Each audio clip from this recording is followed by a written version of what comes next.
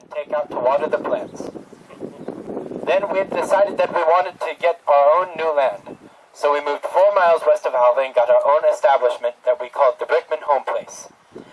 We had farmed for our own land and for the neighbor's land. My wife cooked the meals for us after we were done with our work. And then after this, we had decided that we wanted our children to stay near to us. All of them did except for one of my daughters whose husband already had their own establishment. And we had just talked them into staying with us through the years, and we helped them build their own farms and settlements. My son, Edward Brickman, married Sylvia Meyer, and they became prosperous farmers in the area. My granddaughter, Tawanda Mallory, now lives in the Edward Brickman home, right here in Alva, and her grandchildren farm what is now on the Brickman Home Place. I am very thankful that my parents came from Germany, because if not, we could be living in the Volga River in Russia. I am very thankful for Woods County and all that it has provided for me, and though the times were hard, I am glad that we pushed through and we prospered with our land. Thank you very much. And thank you, Brickman, for such a great portrayal of your triple great grandfather. Legacy in action right here, folks. All the way from Russia. I'm sure we can all kind of relate to that story with a little bit of our own family heritage. Yeah. So we're certainly glad he made that decision to come to America. And turkey red wheat. Did you guys catch that? That first bag of turkey red wheat? Maybe that's how. We're going to be going by Charles Morton Shear's tombstone just over here. You'll see it's flagged with a couple of the flags, and of course you'll notice the fresh flowers on it. Mr. Shear spoke to us last year during the Tombstone tour. He's really pretty darn important to the development of Alva. Members of his extended family are buried in the mausoleum that you see on the entrance to the cemetery at the top. But Mr. Shear and his parents chose to be buried in the ground just in case the mausoleum blew away in a tornado someday. Mr. Shear arranged for a fresh bouquet of flowers to be placed on he and his parents' graves every month forever. The rest of the family in the mausoleum always has a giant basket of gladiolas hanging on the door every Memorial Day. I'm sure you've probably all seen it as you come in the park. That was all arranged by Mr. Shear before his death. Look over here to the left, see the yellow flowers and the two little flags. So the Morton Shear Trust contributed most of the money to renovate the old Alva Hospital building into the current-day Cherokee Strip Museum. The museum opened back in July of 1976 and has been growing and expanding to where it is today. And here we are now, folks, doing our second annual Tombstone tour. We're coming up on our next stop up here around the corner, which will be Dr. W.F. Simon. Many people here in Alva with their children doctored with him, and his son also, Enid, who is a pediatrician. His son just wrote a book recently about the Union Army and what they had to experience during the Civil War. Dr. Simon found a giant big barrel full of letters that were written to his mother that he made this book from, that's now on sale at the Grace Forest studio down on the square. So here we are at Dr. Simon's, making a house call. And I made many. I am William Simon, Dr. Simon, and some people called me Dr. Bill. I did my residency at St. Francis Hospital in Wichita, where I met Dr. Arthur Hale. And we were encouraged by some of our instructors to look at small-town America as a place to practice our medicine. And we looked at several places and decided Alva, Oklahoma was the answer. So, here we came. And it was pretty difficult to open a business back at that time. What time was it? Well, it was back in the early 1900s. First, we had to find a place to operate out of. So so we rented an office upstairs at the Montfort building. And then we bought a Ford touring car. And we were in business. And we traveled all around. And my specialty apparently became delivering babies. I delivered many, many babies, and I bet some of your parents, grandparents, I probably delivered. And I bet I knew every house in Freedom, Hartner, Capron, and places like that. I traveled through blizzards, storms, floods, and probably a few dust storms. When World War I broke out, both Dr. Hale and I decided to enlist. I would be assigned to the ambulance corps, and he was assigned to the emergency relief corps. During the war, I was wounded, gassed, and received a Medal of Valor. That wasn't the only thing I received. Sadly, I received a note from the Red Cross that my first wife had died. She was an RN in the military teaching nursing at Fort Hays, Kansas.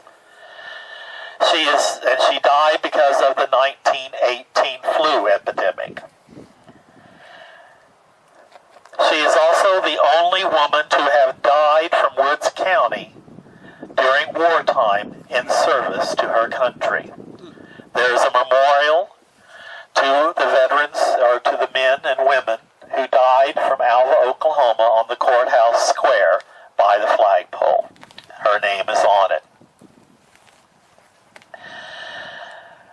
When I got out of the military in 1919, I came home and restarted my business.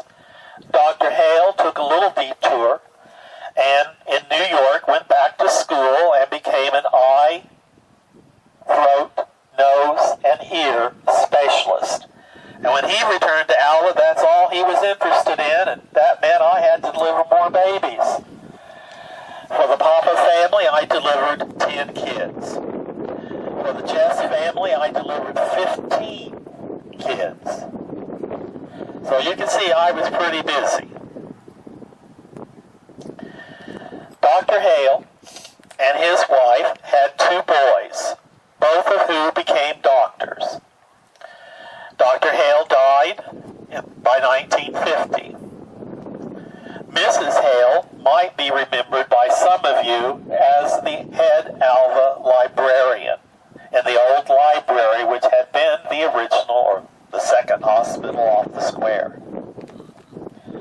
As I said, both of their sons became doctors. Well, being single and a doctor, I guess I was somewhat attractive. And I noticed a cute young lady had come to Northwestern to teach English and speech by the name of Marion Bowman. We dated. We got married in Ohio. And on our honeymoon, I got to stop at the Mayo Clinic and check out new techniques on how to operate. Oh, I bet that was romantic. We had 2 sons. Marion was quite happy that both sons were able to get their undergraduate degree in medicine from Northwestern. Son Bill, some of you know, lives in Enid. Bob, our other son, lives in Colorado. I was also assigned the physician and surgeon for the Santa Fe Railroad. Now, my 2 most famous patients was a guy, cowboy actor, Tom Mix. He was in Alva, and he got kicked by a horse, and it broke his leg. I set his leg. Several months later, I get this note from California saying I did a wonderful job. Other doctors had taken x-rays, and they thought it was a great job. The other famous patient I had, well, I didn't really have him, I had his daughter. They had come to Alva so he could perform, and she caught the measles. Turned into pneumonia. They thought she was going to die, but she didn't. And guess who got the credit? So a few months later, I get a beautiful thank you note from Melbourne Stone. Now, you may not recognize the name, but I bet you know who he is. Doc Adams on Gunsmoke. So that was his daughter. I had a good life in Alva. After I passed, Miriam remained active in civic affairs. But her top priority and project was the Cherokee Strip Museum. She volunteered many hours and dedicated herself to it. Her greatest accomplishment was that she got the museum moved to its third and present location, the old Alva Hospital. You might want to tour it sometime. Alva gave me a wonderful life. It's a wonderful place to live. It's a good place for kids. You can still ride your bike and not usually get in trouble. And with that, I hope you know how lucky you are to live in this area, and I say good night. Thank you. Thank you, Dr. Simon. No, I forgot to show the picture. This is me and Dr. Hale in Paris during the war. Which is which? This is me on this side, Bill Simon, and this is Dr. Hale on this side. And you still haven't found a cure for cedar allergies. Right. Well, I have. Just see me about that. Okay. Over here is where Dr. Hale, Dr. and Mrs. Hale are buried. And Dr. Simon is back here where you see the torch. That's not lit up yet because it's not dark. The flags are in front of the tombstone next to the cedar. Okay. Thank you very much, Lenny, for bringing Dr. Simon to life. Tom, fire it up, and we'll move them on, head them out.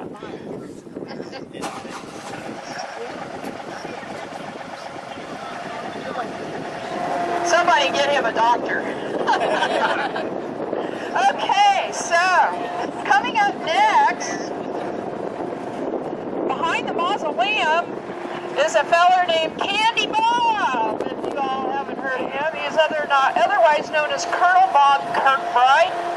He's quite a colorful character, as you're about to see, and tells a sweet story. Depicting him is actor Nick Brott.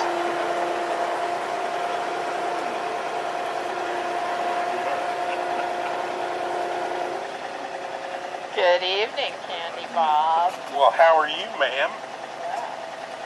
Well, howdy, everybody. It's so great to get to see and talk to all of you. Like this young lady here said, my name is Bob Kirkbride, otherwise known as Candy Bob, and sometimes Colonel Bob. I was born in Nebraska and had 8 siblings. When I was little, my family decided we were going to move to Indiana, and we went that way by a covered wagon. We had four wagons in our caravan. They were led by mules and horses, and we had 2 large Great Danes tied to the back of it. So naturally, when we drove through small towns, people thought we were some sort of a traveling show. I would, entertain them, tell them stories, make them laugh.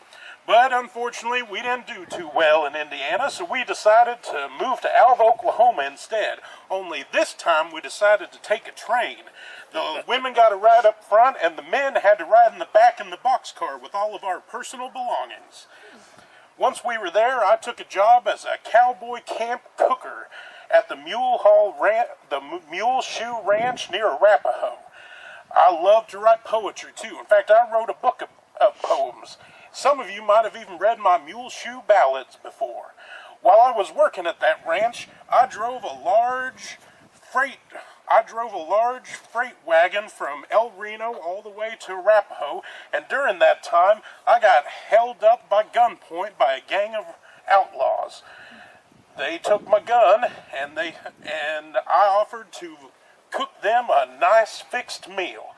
Well, they took me up on it. In fact, they enjoyed it so much, they offered to pay me for that meal instead of rob me. See, they had just robbed the Kiowa Bank, so they gave me a double-sided golden eagle coin instead of taking my stuff. The leader of that gang told me his name was Captain Jack, but I actually think it was a man named Ike Black. You see, Ike Black is buried right here in this cemetery, and he didn't have a headstone. And everyone always told me that the man that tried robbing me that day was buried in Alva and didn't have a headstone. So I think it was him that tried that day. In 1906, I decided to join the circus, and I became their head cook and meat cutter. One day, the lion escaped and headed straight for my meat tent. I quickly reacted and threw down a 10-pound roast right in front of him. He was so distracted by that roast that they were able to catch that lion. And the owners of that circus were so happy with my help that they offered to give me a 2-week paid vacation for it. There was also an old-timer there in that circus who taught me how to make candy, taffy and peanut brittle. I made tons of that candy in my lifetime, and I'd sell it any place I could. In fact, the First United Methodist Church in Alva still uses my peanut brittle recipe to this day. I would pass it around, and then one day I met a gal named Pearl Huff, and we got married. We ended up having 3 daughters. One of them's name was Marjorie Klein, and she taught English here at Alva, and I still have 2 granddaughters who are living here in Alva to this day. After selling candy all over the place, I decided to try something new, so I went to Kansas City Auction School to become an auctioneer. I love to hear that cry of an auctioneer, and I made a pretty decent living at it. I would sell farm machinery, cattle, and just household goods. I made a pretty big name for myself. In fact, that's how I got the name Colonel Bob. But I never stopped making that sweet candy. I would give it to family and friends, really anybody who would take it. One of my favorite things to do with that candy would be to box it up during the holidays and take it to the Red Cross, because the Red Cross would take it overseas to our boys who were serving from Woods County. And it always did my heart good to know that those boys were getting a little taste of home during Christmas. One of my other favorite things to do would be to go to the rural box suppers and auction off those fancy meals that the ladies made. Many a fine man met their very future wife by buying one of those boxes that I had auctioned off. I don't think anybody ever really knew how much I enjoyed doing that. See, I like to help people any way I could. I was kind of a celebrity in my own right. I was a pretty large man, always wore cowboy boots and a tall Stetson hat, and I had a mule that I would ride around in the parades every year. Of course, I'd give the kids candy while I did it. Yeah, life was pretty sweet. And I don't think I'd trade it for anything. I'd do it all over again if I could. The Presbyterian minister at my funeral said that the Lord had to make my body so big to hold my big heart. Well, anyways, it was sure nice to talk to you people. Thanks for stopping by. Thank you, Candy Bob. Oh, And here's some taffy for that. somebody gets a piece of candy, a piece of taffy. I'll take some peanut brittle. I don't have it. I'm sorry. Okay. It's quite the process to make if you've never made it. All right. Let's hear it for Tom Shirley. Start her up. Move it on out, Tom. Okay. So, as we travel on up the road here, there's a unique monument that I would want to tell you guys about. It looks like a tree stump with a vine growing up one side. And this symbolizes the continuation of life. There are workmen's tools placed around this tree, showing one's life's work, such as a carpenter's axe, or a dove with a broken wing, and sometimes a lily for peace. This stone is a trademark of the members of the Ancient Order of United Workmen. And these guys established our cemetery. The monument was placed on the grave of one of the first workmen that died in Alva. It's right up here. I've often wondered what this was and didn't know until we started holding the Tombstone tours right here on our left, folks. So we're coming up on our next person, who actually resides across the street in the Catholic cemetery, but he's over here visiting some of his friends, and he's going to tell us his really unique story. His name is Bill Eller, and he has a granddaughter, Annie Evans, living here in Alva. And her son, Frank, came all the way up here to depict his grandfather. Good evening. My name is William Lazarus Eller, but please call me Bill. I was born out in no man's land in Oklahoma Territory, what became Beaver County once Oklahoma became a state. I went to Washington Primary and then later to Northwestern Normal School, and that's how I ended up here in Alva. I was helping build the Alva roller mills in 1914 when the Great War broke out. Now, you would refer to that today as World War I, but at the time we didn't know there was going to be a second one. I was deferred for a small amount of time in order to finish the concrete work on the mills. Soon after, I joined the Army as a messenger for the 90th Division, and I was stationed as an infantryman in France. As an infantryman, we would go what's called over the top. We would climb literally right over the top of the trenches that we were in, and we would attack the Germans directly. I went over the top 7 times during the war without being injured, which made me pretty lucky.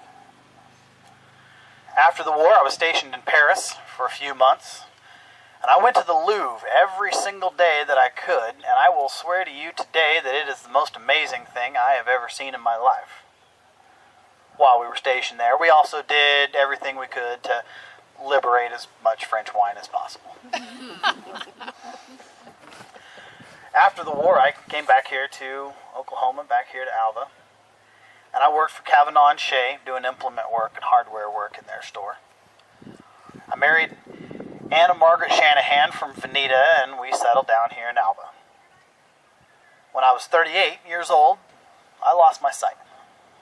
Thanksgiving morning, I was hunting, bird hunting, with some friends, some family, and a hunting accident took my eyes. Dr. Hale did everything he could, and my eyes themselves were just fine, but it had severed the optic nerve and I was never able to see again. But I swore then and there that I was not going to allow my infirmity to in any way make me into a helpless invalid. I adjusted where I could, and I taught my hunting dog how to be my seeing eye dog. We'd walk around down the downtown square pretty much every evening. People got to know that we were coming and seeing us around, and they'd come out and talk to us. I built a house at 1005 Barnes, intending to build one, but ended up building 2 duplexes and 4 houses that still stand to this day. I did all the electrical work and all of them myself. I was an electrician. I always had another electrician check all of my work to make sure it was in good shape, since I couldn't see, but I was fortunate. I had a good memory, and I remembered how to do all those things before I lost my sight, and so I would do them all myself, and I'll be damned if I was going to let blindness allow the Eller name to be associated with shoddy workmanship. Now, I would do pretty much anything. I could do roofing and electrical, plumbing, lay floors, and carpentry. I'd always have someone look over my work to make sure it was in good shape, but it always was. And I'd make adjustments where necessary, and I'll show you an example. I would carve notches in my ruler so that I could feel where the inches were as I was measuring things. Other adjustments like that as necessary. I'd sometimes annoy the neighbors if I'd be hammering away out in the middle of the night. It didn't make much difference to me what time it was. My wife, Anna Margaret, she went to work for the Review Courier as a society editor. We raised 2 wonderful daughters here. Billy Ann, who married a man named Bob Brown from here in Alva, and they went to Norman. And then Mary Olive, who married a man named Frank Cromwell from Waukeeta. I had a good life here, and I owe that in no small measure to the wonderful people of the town of Alva here. We spent the rest of our life here, and we were happy that we did. And I'm happy that you came by today to see me and to hear my story, and I truly wish that we could have met. Thank you very much, and I hope you have a good day. And thank you, Mr. Eller. your great-grandfather would be very proud of your representation of him, coming all the way up here from Oklahoma City to bolster our Tombstone tours. Thank you, Frank Evans. What a fantastic story. Okay, Tom, you can fire it up. Okay, hang on. Here he goes, folks. So, on an interesting side note, a man named Lewis Miller was the first licensed embalmer in Alva. He embalmed Ike Black, the famous outlaw that Candy Bob was referencing, and he also embalmed a lady named Petra Paulson. She's the first person to be buried in the Alva Cemetery, and I'll speak more to that later as we round the bend. But as we turn the corner here, look over into this open area over to the southwest, and you'll see Potter's Field. That's where the notorious outlaw Ike Black is buried. And recently, as Candy Bob mentioned, the museum, along with the help of Alva Monument Works, erected a small stone to tell where Ike was buried. So Ike's legend lives on. Good old Ike, the outlaw. Are you guys having a good time? You bet. Yeah. Okay. Well, as we round the bend here, you look down yonder. Warren Little's going to be waiting for us, where he's going to depict Mr. English Piper. On the left side of the road, as we get a little closer, you'll be able to see the large above-ground cribs that are available for his. That's where he is laid to rest. And then there's a couple of empties there for his wife and daughter, who are still living here in Alva, Marceline and Terry, his daughter. So when Mr. Piper was alive, he couldn't talk to anyone about anything that he was working on. And shortly, we're going to hear the story as to why.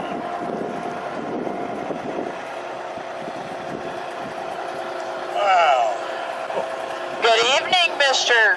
Piper, English Piper. I am impressed. This is quite a group you brought. And poor old Don back there. Hello, Check Richard. you still got room for Dick and I out here. Yeah, Yeah? barely. Okay, my name is Albert English Piper. I was born in New Mexico, and we never know when I was born.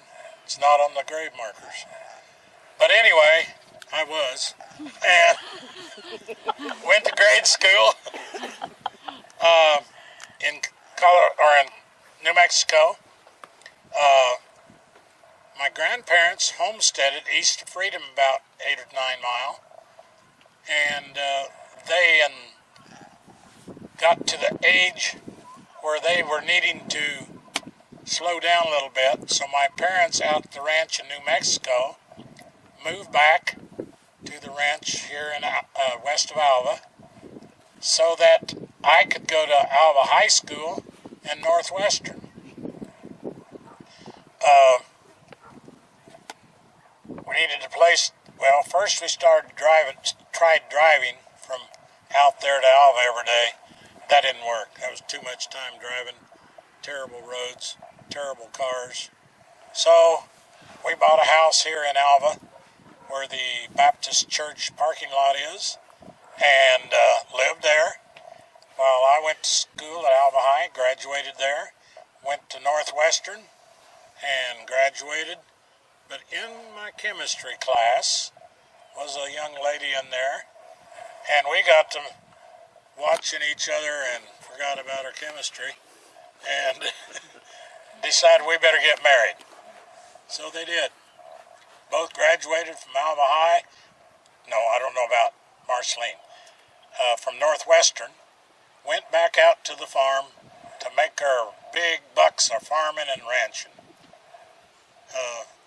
That didn't take long till we decided that wasn't the thing we were wanting to work with.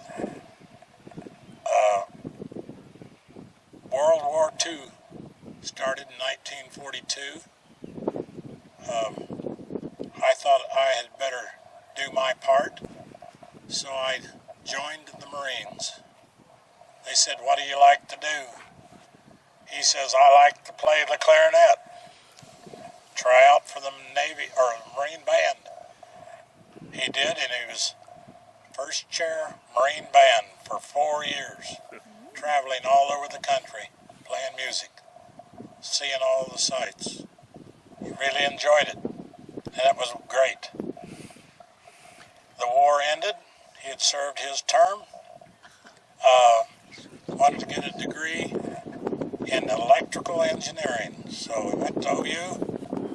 But in the meanwhile, their daughter Terry and her mother were living out on the ranch yet. But he went to OU, got his degree, come back home, and got a job offer in Wichita, Kansas. He was in the top 10% of his class, graduating class, so he didn't have too much trouble getting a job in electrical engineering. Then about 1952, President Kennedy said, "We need to beat the Russians to the moon." That was a big project. It got America kind of excited about doing that. And English headed to Houston, working for General Electric on the Apollo program. The Apollo program made 10 blast rockets in the air, modules in the air. One of them landed on the moon. They walked on the moon. Gus Grisham, Ed White, Roger Chaffee were 3 of the astronauts that English worked with, and that I worked with. Kind of got switched back in gear here. And that all worked great, but we were a close-knit bunch. But then one day those 3 were in the module sitting on the tarmac. Something shorted and blew it up and killed all 3 of them. That was very tough for everybody because they were so close together. They had worked together so much. But that ended the Apollo program then. So I went back to Wichita, worked a while. Pretty soon they said, "We need you in Philadelphia." What am I going to be doing there?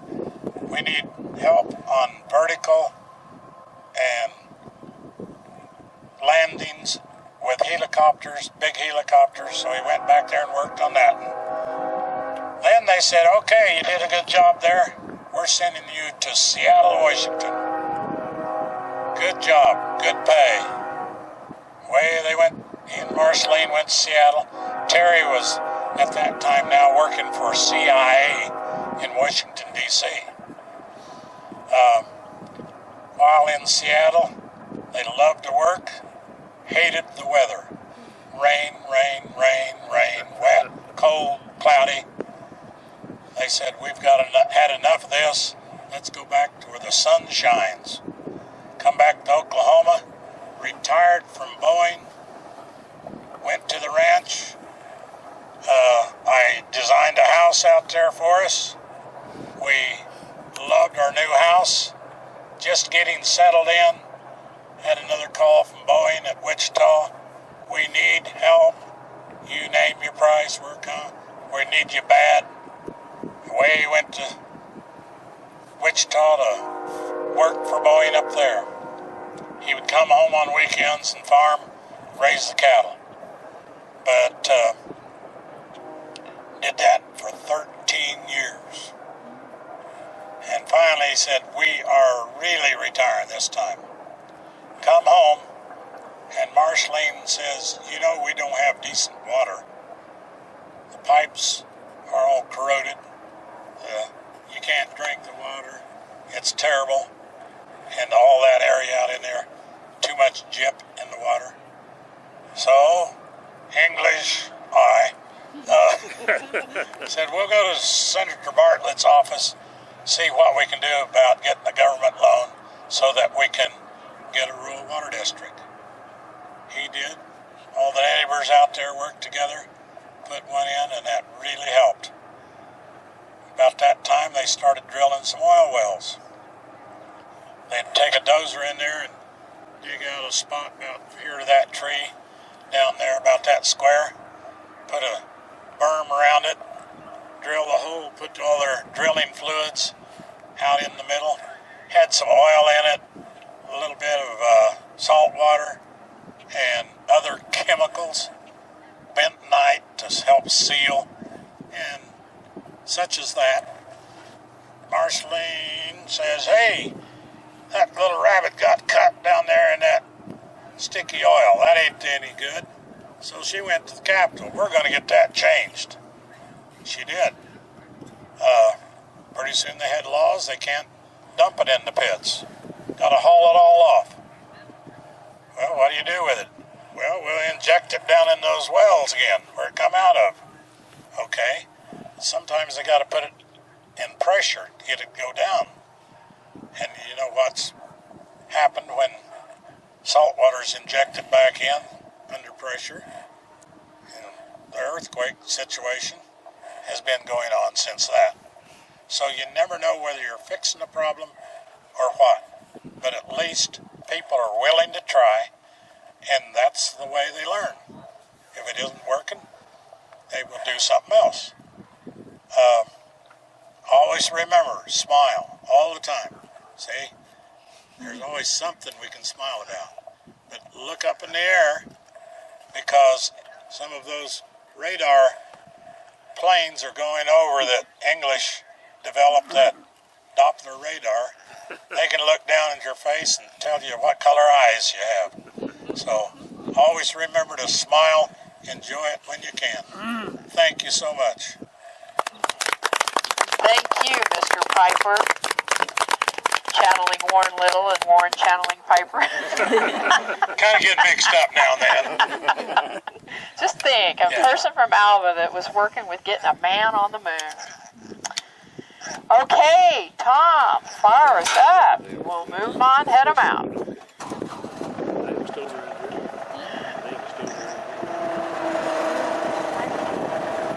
Everybody still on? We didn't lose anybody? Okay, back to the Alva Cemetery and its origin. As I told you earlier, it was started by the Ancient Order of United Workmen in 1883. The lodge was organized by Alva's first postmaster, S.L. Johnson, and W.F. Hatfield, the Alva newspaper man that Hatfield carved his name after. So just 10 days after the Cherokee Strip land run of 1893, Mrs. Susan Kish died in a tent across the river north of town. There was no cemetery. No cemetery, folks, so the Santa Fe agent and the sectionman, they took care of her burial. Mr. Hatfield, he saw to it after that the Alva Cemetery was established, and a month later, this is where Miss Petra Paulson comes into play that I told you was the first lady that was involved. At age 22, she died of typhoid fever and was the first one to be buried in this new cemetery. Her stone sits at a 45-degree angle to the other rows of the graves in the cemetery. Now, I want to try to point it out as we come along. There's a flag up there swinging next to it. It's like my dad used to say, "Look for that gate over there, take the cows that way." Okay, you can't find it, but it is there. It's over there. We'll get a little closer and you'll see it. The setting of the stone in the southwest direction signifies the first person buried in most of the cemeteries throughout northwest Oklahoma. Okay, we're almost to the point where we're going to see that flag waving.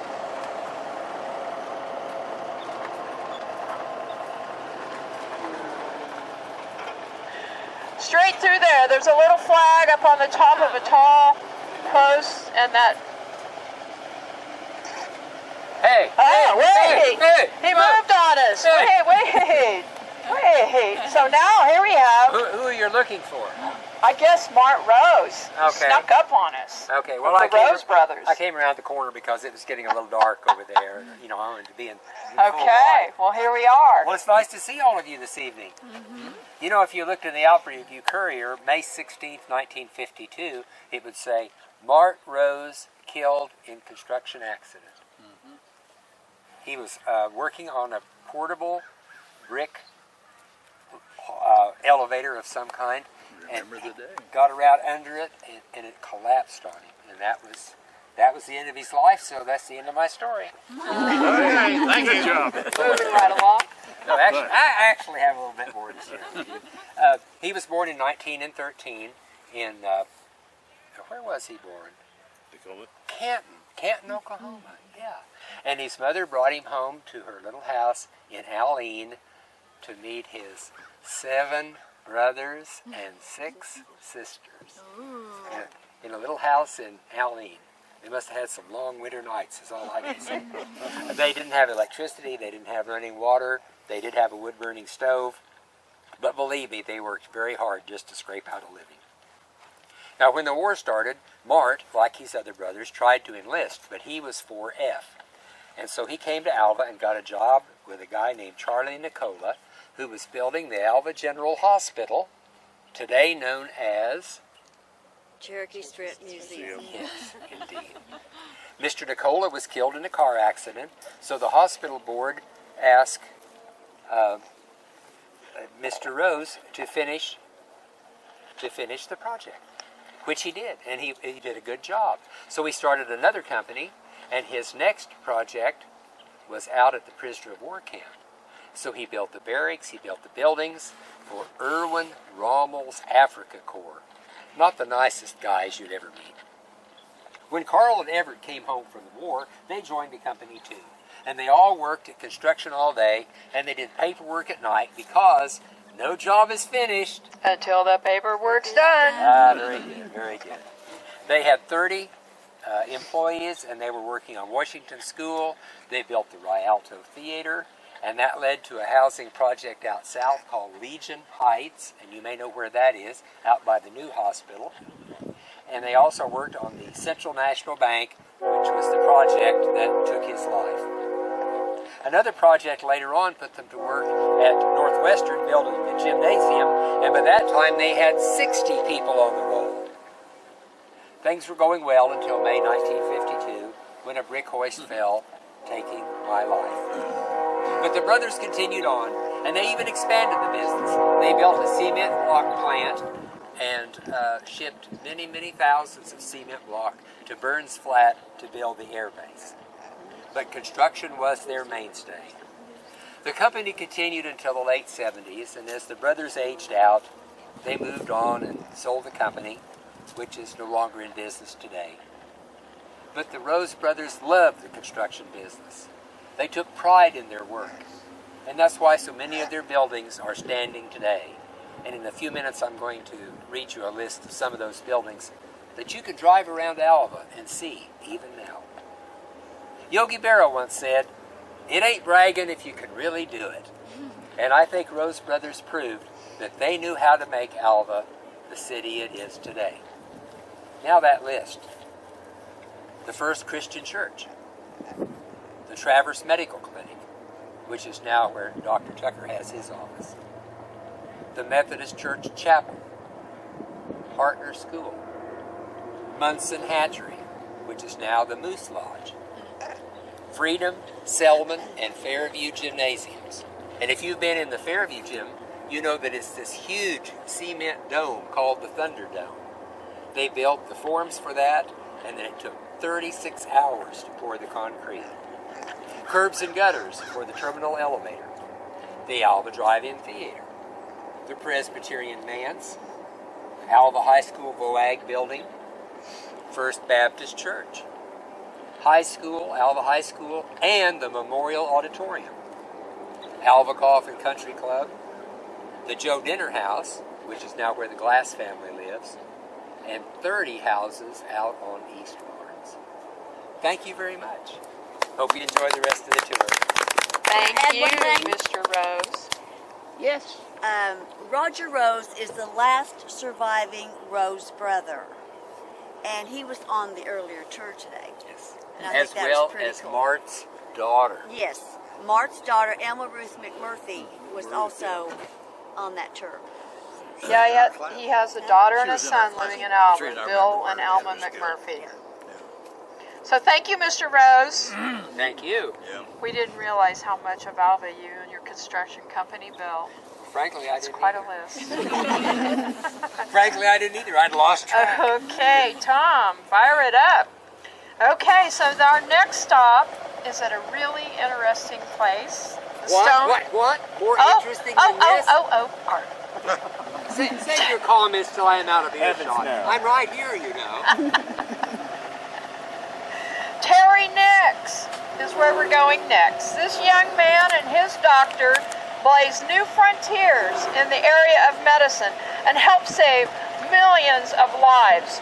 We had quite a ceremony here in the Alva Cemetery just a few years ago, as you're about to hear. The young actor tonight, you guys folks, is absolutely fabulous, Toby Antone.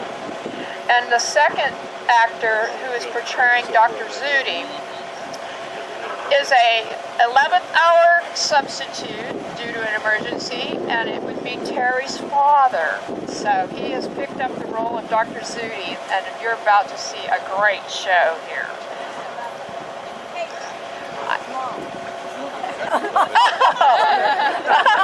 We have the mom and the brother, the little brother. What is your husband's name? Philip. Am I saying your last name correct? Antone. You're about to hear a fabulous show. Good evening, Terry. Wait till the tractor turns off so we can hear you. Good afternoon, ladies and gentlemen. My name is Terry Jean Nix, and I am buried here next to my mother. We had a lot of trials and tribulations together during my short life. When I was 20 months old, my mother took me for a routine checkup, and my doctor made a terrible discovery. My heart was failing me. We really thought I just had a bad cold, but my doctor discovered I had a heart murmur.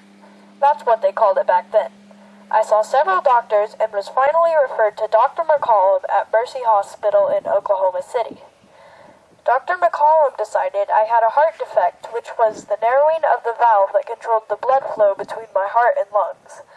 This caused my heart to be overworked with the decreased flow of oxygen. Surgery was the only thing that would fix it, but I was told to wait as long as possible to allow the medical profession to learn more about the condition. Time went by and the condition got worse. Dr. McCollum finally decided I should go see Dr. Zudi from Beirut, Lebanon, who had been practicing in Oklahoma City. Dr. Zudi had practiced and perfected a procedure called total intentional hemodilution. He had perfected the procedure in his laboratory in 1959, but the doctor had never performed the actual procedure on a patient until he met me. Dr. Zudi, I'm so glad to see you. Terry, I wanted to come visit you at this place where we had the ceremony, memorializing you being the brave young boy to let you operate on this new procedure. I remember when you came and sat on my bed and asked me if it was okay for you to do the operation. I said, yes, let's go for it. I said, Terry, you will be famous. When we performed the surgery, I had 2 surgeons help. It took about 3 hours, but only 2 pints of blood. Previously, it would have taken 3 to 5 gallons of blood. This was a history-making procedure, and it led to many new techniques that are used today.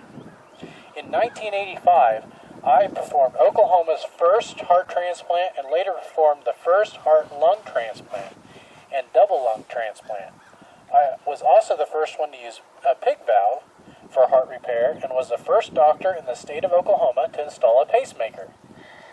You know, Dr. Zudi, I was doing just fine with my heart surgery, and then I went and developed something else. I had Ewing sarcoma, which is a bone tumor that has nothing to do with my heart. The tumor took my life 3.5 years after the famous heart surgery.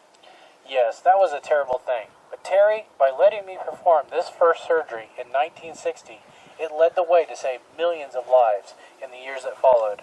This was such an important thing you did. I want to memorialize and thank you for allowing me to do this first operation. So I decided to hold a ceremony right here in the Alva Cemetery. I brought people from Mercy Hospital, Integris Bass Hospital, and Oklahoma Historical Society. Many relatives and friends also attended. You were such a brave young boy to let this pioneer doctor operate. We made history together. I hope you will always remember that even the least of us can have a great impact on the entire world. Dr. Zudi, tell everyone what's on my stone. Sure, Terry.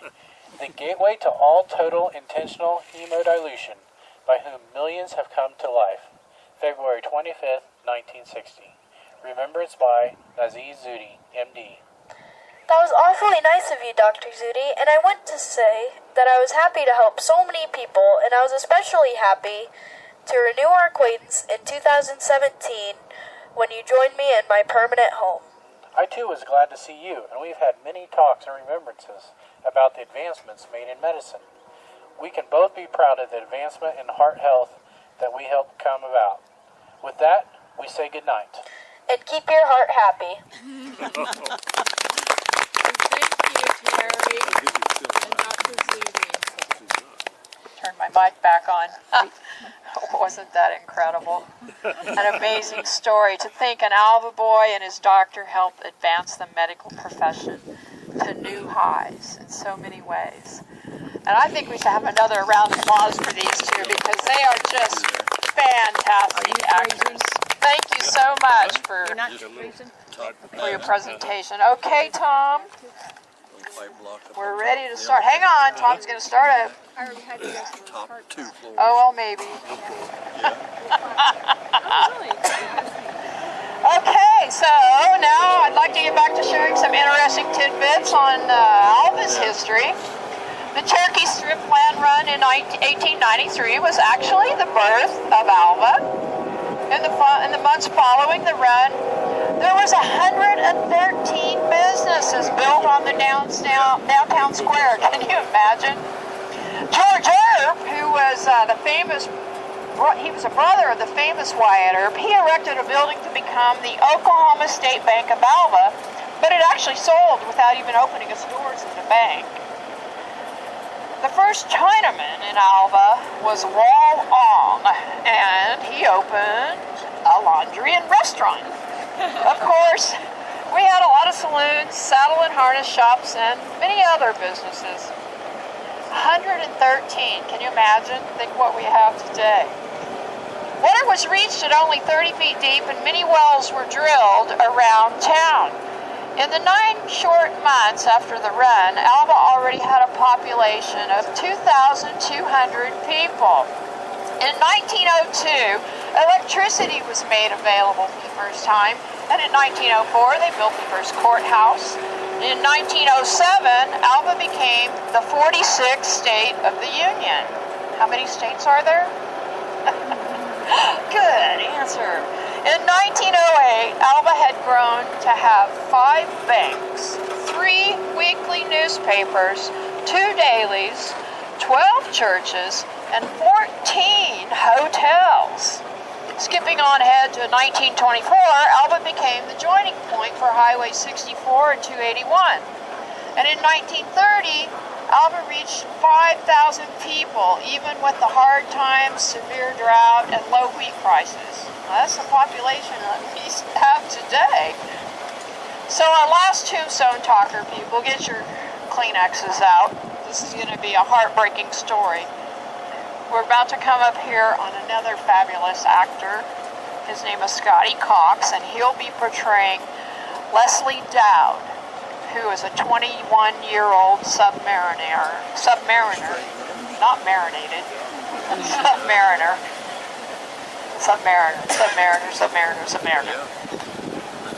Okay.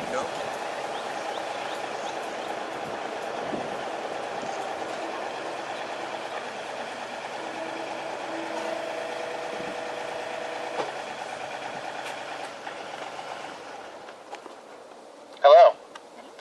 My name is Leslie Dowd. I am a U.S. submariner from right here in Alva, Oklahoma. Some of you may know my father, Wesley Dowd. He is the postman here in Alva. As I stand topside on my submarine, the USS Lagarto, I watch the waves as they roll across the ocean. Reminds me of the winter wheat blowing in the wind near harvest time. The phosphorus glow that comes from the ocean sparkles like that of the Gloss Hills or the Jib Mountains surrounding my house. I and 3 other Oklahomans serve on the USS Lagarto. Lieutenant William Mendenhall, the executive officer from Edmond, Oklahoma. Alice Eanes, TM3 from Gray, Oklahoma.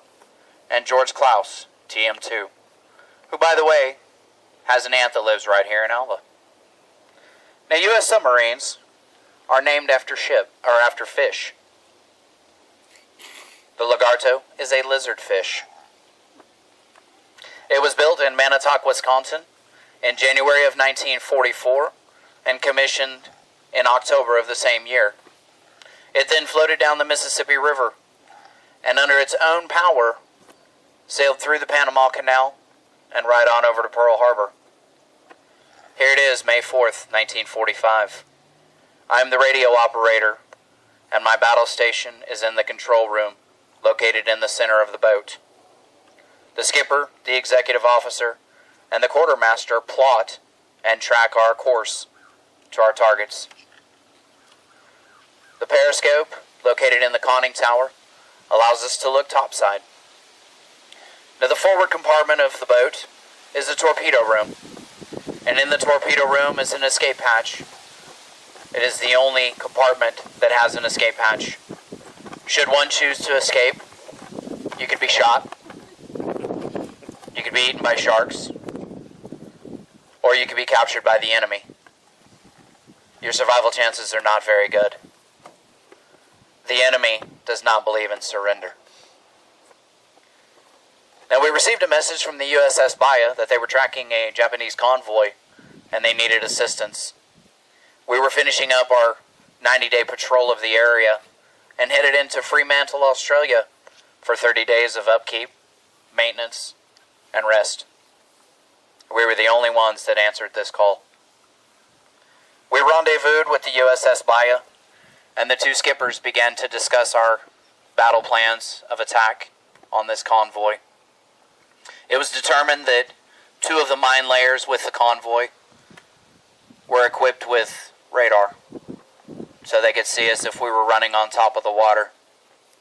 They were also equipped with sonar and could detect us when we were submerged. Well, it was decided. We were going to run on top of the water and dive right in front of the enemy. And the USS Baya would come in from behind for the attack. Here we are in the Sea of Siam. The depth of the water is 180 feet. The Japanese airplanes above can spot us below the surface at 150 feet. The water was so shallow that there was no thermal protection against the enemy sonar. We are silent running. The temperature in the engine room is between 100 and 150 degrees Fahrenheit. The enemy is directly above us, and they're dropping depth charges. Click, click, click. We can determine how close they are by counting the clicking sounds. Click, click. They're coming faster. We're all praying now. Mom, Dad, I love you. Lord, thank you for all of my blessings, and thank you for allowing me to grow up in Alva, Oklahoma.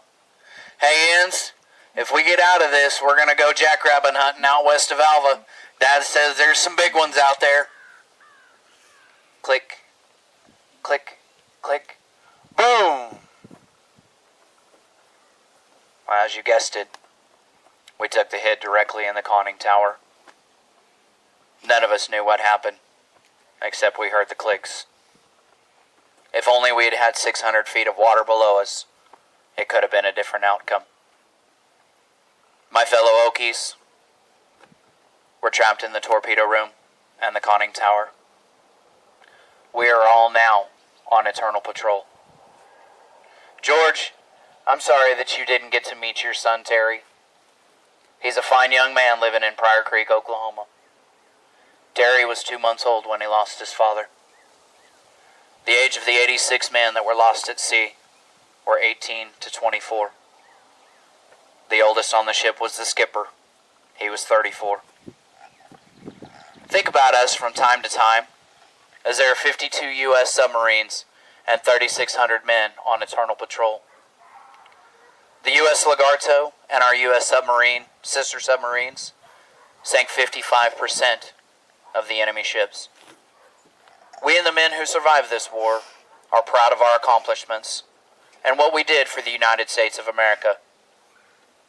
A diesel electric have given way to nuclear propulsion in the United States, but the spirit of the submariner will never be forgotten. By the way, the USS Bias survived, and they went on to finish the war. Goodbye, and good night. But always remember, run silent and run deep.